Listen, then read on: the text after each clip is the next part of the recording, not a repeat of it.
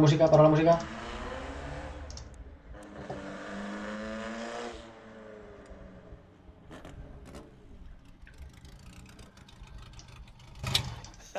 Well, that was a blast. This is the T1, Gordon Murray's first racing car design that he raced in South Africa in the 1960s. Yeah, it's basic, but it has all those Gordon traits.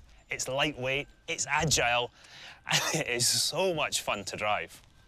This car was the start of a 50-year design journey, a journey that culminates here, today, in the ultra-high security Gordon Murray Automotive complex. Like you, I'm here to join Gordon as he launches his first supercar, the T50.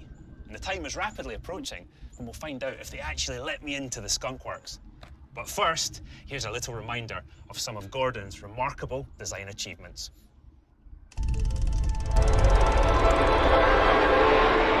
Every now and again, there is a designer who absolutely has a real single-minded vision.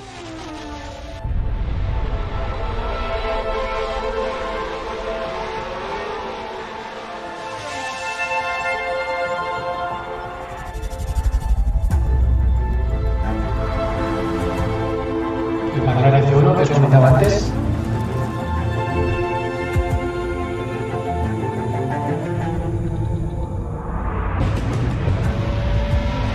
Are saying that the car should be 6 centimeters high in any circumstance. No, they don't. They're bad losers, basically. And Gordon looked at it laterally. He thought, well, if you've got a triangular-shaped engine, why not have a triangular-shaped tub? So much of Formula One is about the designer, that clever interpretation of a rule. The fan car was born out of necessity. Bernie made the drivers qualify on full tanks because he didn't want to be too fast.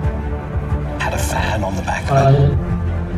I remember Colin Chapman immediately saying it was illegal. I did the sums and I had to do them several times because I couldn't believe the downforce.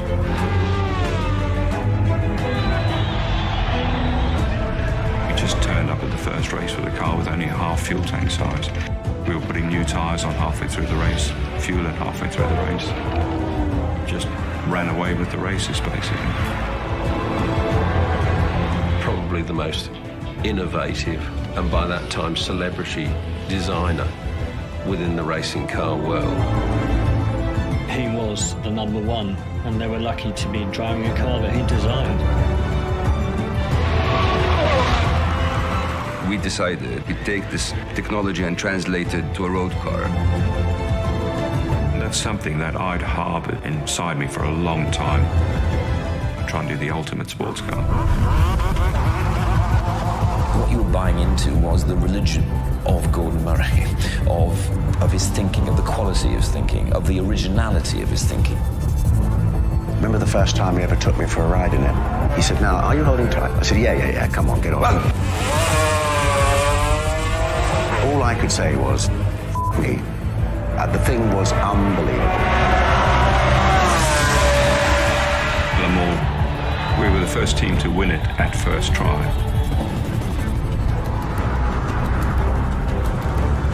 What I love is simplicity and elegance, and that is absolutely the way that Gordon thinks. Oh, fabulous. And a lot of that history is contained in this building. So let's see if they let us in yet. Hello. Hello.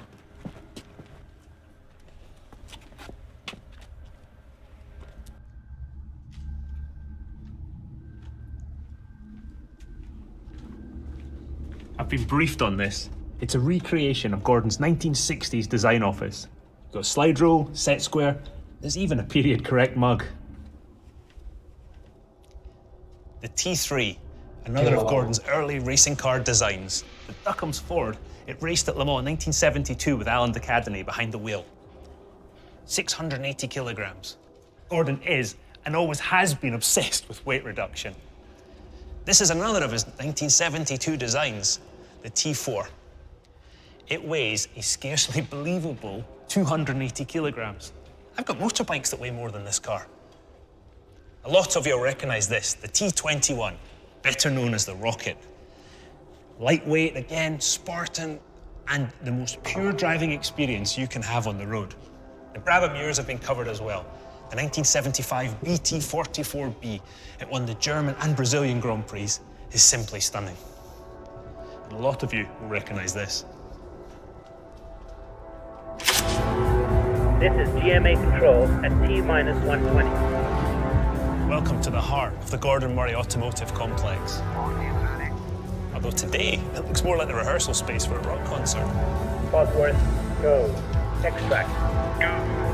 Mermaid, go. Recon, we are go to launch. Okay, I hear we are ready to launch. Okay, controllers. Welcome everyone to an important moment in automotive history, the launch of the long-awaited T50.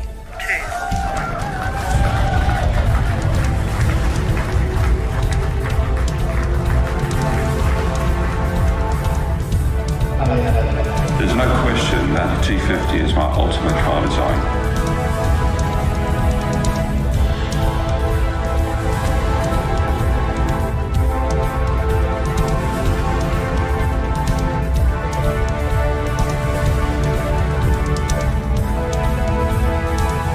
There's a fundamental difference between power to weight and weight to power ratio.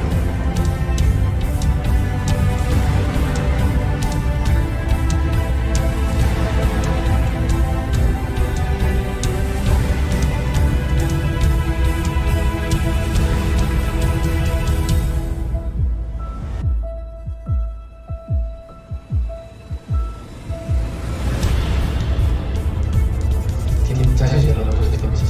Es que son McLaren F1, manches. Impresionante.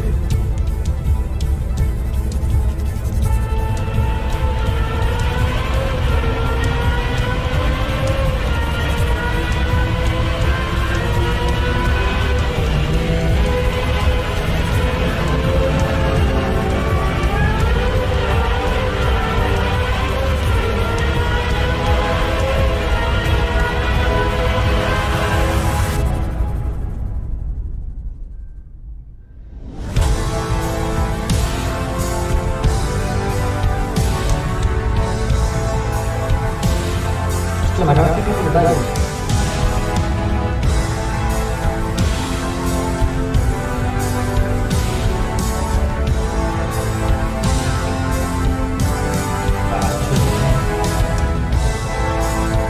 No tiene ni limpiaparabrisas en medio. Es muy curioso.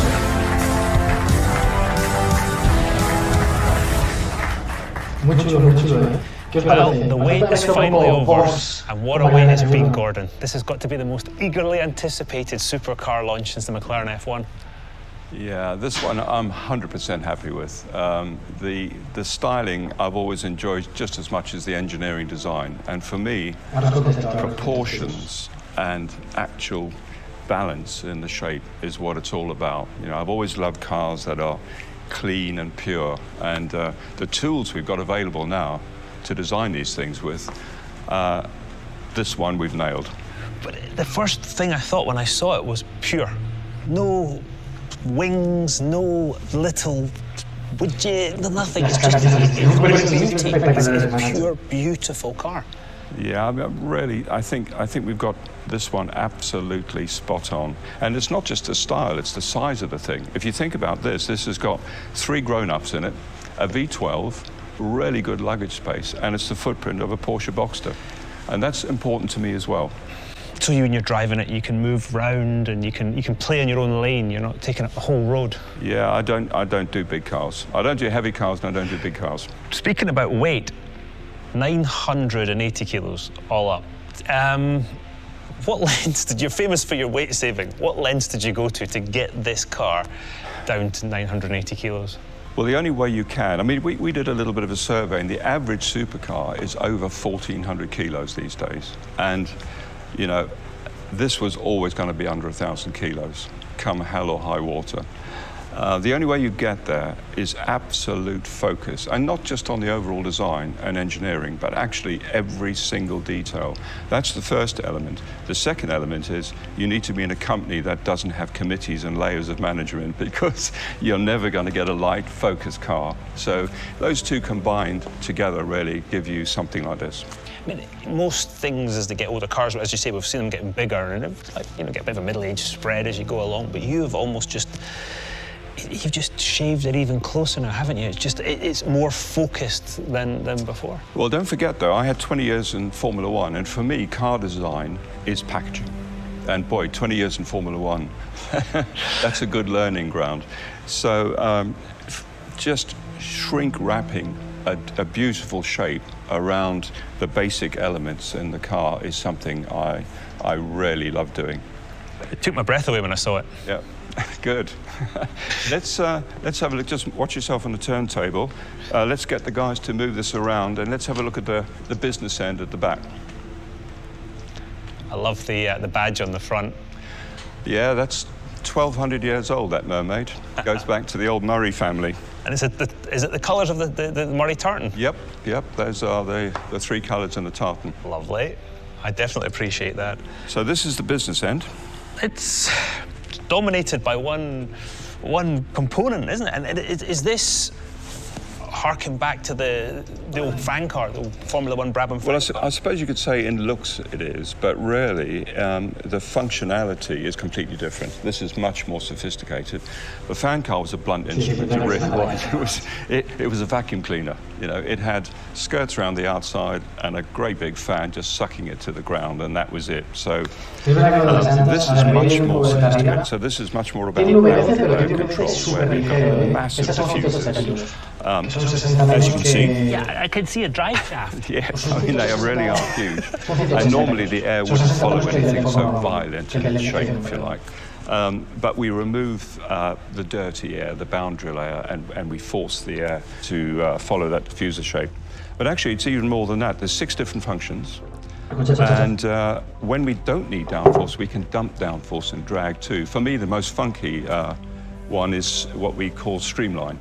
So when the driver selects that, the foils drop, reducing the flow behind the car. The fan fires up to maximum speed. We create a virtual long-tail car with the air, and we stall the diffusers and dump downforce. So that reduces drag by about 12.5%, so settles the car down, basically. Wish I had that in my racing car. That would have been quite handy. We actually have one aero mode where we fire the fan up, open the diffuser ducts, and flip up the spoilers, and we double the downforce on the car under braking. So that's a safety feature as well. But can you imagine suddenly getting double the downforce on the car under braking? That could definitely come in handy. Yeah. It's quite incredible. So, shall we have a look at the interior? Indeed. I am fascinated by this. Wow. That is an interior. The first thing that strikes me, Gordon, the central driving position. And I know from years of driving single-seaters, that's where you need to be. Yeah, I mean, that was absolutely a starting point for me when I thought about the car. You know, it had to be driver in the middle, no pedal offsets, fantastic visibility, really low scuttle height, and a complete focus on the driver and the owner of the car. But yet there's no, when you sit in the middle, you're not sort of, the car doesn't feel different left and right-hand corners. It's yeah, I mean, it's perfect. I mean, you've driven a lot of them, of course, and that's the one thing that struck me too, is that the car is so easy to place, you know, hitting the apex or just normal driving on the road, and particularly with a car with a small footprint, combined with the low scuttle and the central driving position. I think the passengers are like that too, with that low scuttle. They're sitting here and they can see right through, see the corner, see exactly what the driver's doing, exactly where the road's going as well. Yeah, we paid a lot of attention, just not only to the ergonomics, but actually to the whole experience, and that's what this interior is. I mean, down to the nth detail, you know, a total focus on the driver and the driving experience. I'm looking at the pedals. First of all, the first thing I looked at, I went through there, I see that the switches are beautiful. The pedals are just a work of art. Every single thing on this car, whether the owner will ever see it or not, is an engineering work of art. Everything. the gear shift, for instance. I looked down there, I saw the workings of the gear shift. Beautiful. Yeah, well, if you've got engineering art, you might as well appreciate it and have it on display. So, 6-speed, manual, H-pattern gearbox. Yes, that's, that again is, you know, it's 100 cars. So it's back to the driving experience. Having a fantastic engine and then having a paddle shift DCT automatic transmission just doesn't gel with me. So it had to be the whole package or nothing, really. You've got a mixture between the old and the new on the dashboard. You've got these beautiful screens and then this traditional, lovely, old analog rev counter. Yeah, I just couldn't help myself, you know. I wanted it to look like a watch face, you know, so there's no plastic in this car at all. Everything is aluminium, machined from solid, including the rev counter, even the needles machined from solid. And it's floodlit, it's not backlit like every other car on the planet, you know, so it's that sort of thing. It's the obvious thing is to say the great driving experience comes from NA engine, manual gearbox, central driving position. Yes, it does. But it's actually much more than that. It's all the subtleties and the feeling you get when you're sitting with all the controls clustered around you. Things you touch. And exactly, the things you touch and feel, and the quality of the switches, no spindle movement, all that sort of stuff. And we've gone to the nth degree with this car to make sure this is the best in the world. You'll notice that the induction, the ram induction for the engine, is absolutely opposite the driver's ears. And what happens is you get inlet noise coming back up the track and resonating through the roof, and that gives you that gorgeous growl on throttle opening. So this is going to be another planet with the V12. Shall we go and see the V12? El motor, the Cosworth. Gordon, this is a work of art. It's absolutely stunning. Yeah, well, this was, right from day one, this was going to have to be a V12, and it was going to have to be normally aspirated. But it's a V12, but it's tiny. It's beautifully sculpted. There's no fat on it at all. Yeah, I mean, Cosworth have done an amazing job. When we sat down to spec the engine, it wasn't just about the performance, and of course it breaks all sorts of records with performance, but it was also about the packaging, the size, and even the look of the engine. You know, the detail, again, had to be something really beautiful.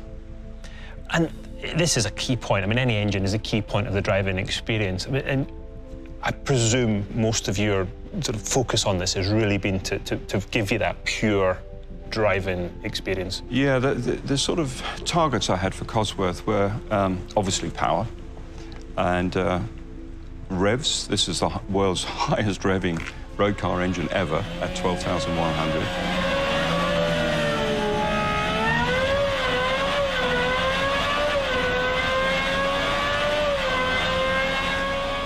That's mighty. Yeah, it's the most power dense at 166 horsepower per litre.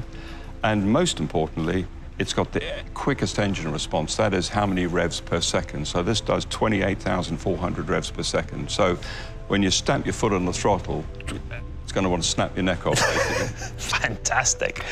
And it's all mated to this beautiful X-Track gearbox. Yeah, they've done a great job too. Both, I have to say, both X-Track and Cosworth have been brilliant to work with, you know, sitting down and talking about the conceptual design rather than the actual design and what we wanted from a weight and a compactness point of view. And once again, that is the lightest supercar gearbox ever done. Because let's be honest, your reputation precedes you and you push people to do things that haven't been done before. So for you to say that about them, that's a big pat on the back for them. Yeah, this engine breaks new ground in so many different ways. And it's, for me, this is the greatest V12 ever made. And it's probably likely to be the last great V12. But it's going to be a shame to bury it away in the car. Well, you see, what we've done, we've got the whole back end of the car opens in 2 gull-wing doors. So all this engineering is on display. The engine cover? Yep. Oh, fabulous. That is cool. So if you put this tremendous thing into that wonderful car, you're going to get the ultimate driving experience, aren't you, Gordon? Well, that's what we're aiming for, driving perfection. And I do not doubt you're going to achieve it. Like all of you, I cannot wait to drive this car. Gordon, thank you so much for your time today. Thank you everybody for joining us. Goodbye.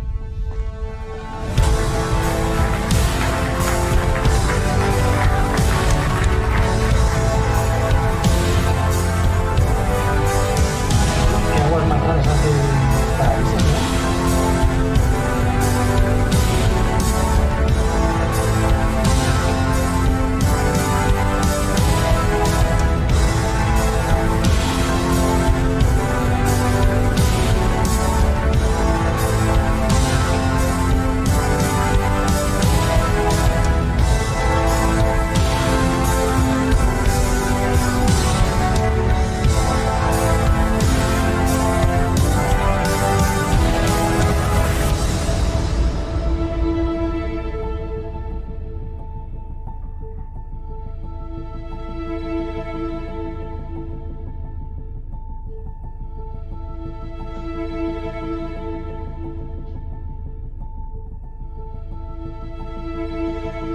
Pues está chulo, ¿eh?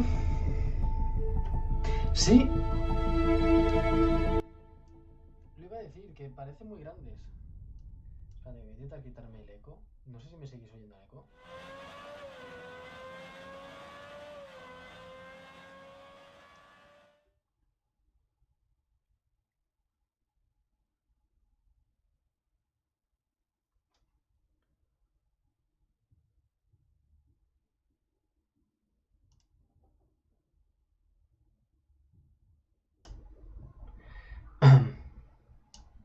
¿Me oís ahora? Sí, ¿no? Vale, yo creo que ya sí, joder. Vale. Pues ha estado chulo, ¿eh? Ha estado muy chulo. ¡Buah! Voy a poner las fotos para que lo veáis y vamos analizándolo un poquito.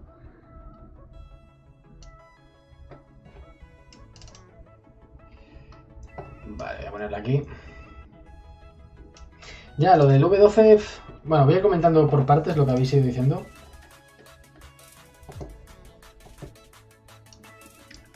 A ver, voy para arriba.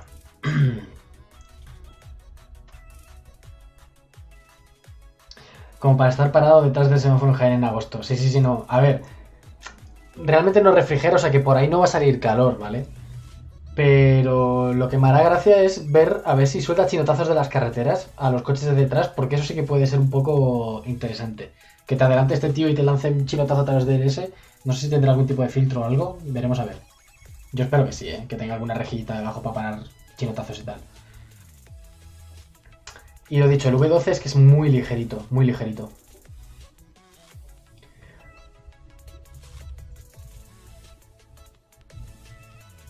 Sí, es una reinterpretación por delante del F1. Lo que pasa es que tiene bastantes cosas que me recuerdan más a coches de carreras de Le Mans de los años 70. Tipo el Ferrari P4/5 y ese tipo de coches. Que eran muy bajo y unos faros delanteros gigantes. Os voy a enseñar ejemplos.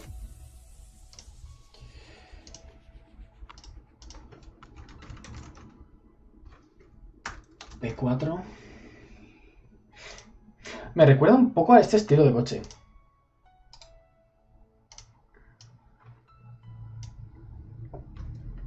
¿No os parece que tiene el morro muy bajito y unos faros gigantescos? Que realmente no son gigantescos, es que el coche es muy pequeño. Verás, os lo voy a poner otra vez. ¿Ves? Es lo que ha dicho, el coche es muy pequeño, es tamaño Porsche Boxster. Y lo que pasa es que es súper bajito. Pero me recuerda cómo continúa esto, cómo es todo plano, es un monovolumen realmente. Me recuerda bastante a ese tipo de coches de los años 60, 70. No sé a vosotros qué os parece. Voy a seguir leyendo. Joel, sí, lo de diseñador y su logo es como si lo hubiera hecho un niño. Literal, yo no sé qué se le estaba pasando por la cabeza, pero bueno. Oye, es que es muy clásico este hombre. Y los logos entonces eran muy de este estilo. El mejor V12, es que no sé si es el mejor o el tecnológicamente más avanzado, tendría sentido. Es el último V12 que se acaba de diseñar. Tiene sentido que sea el más avanzado tecnológicamente. Porque no sé cuál es el anterior V12 que se diseñó. Pero si te pones a lo mejor el de un Lambo, es que al final son El del... No, miento. El del Valkyria yo creo que es mejor que este, ¿eh? Veremos a ver, ¿eh? Pero el del Valkyria es una locura de motor.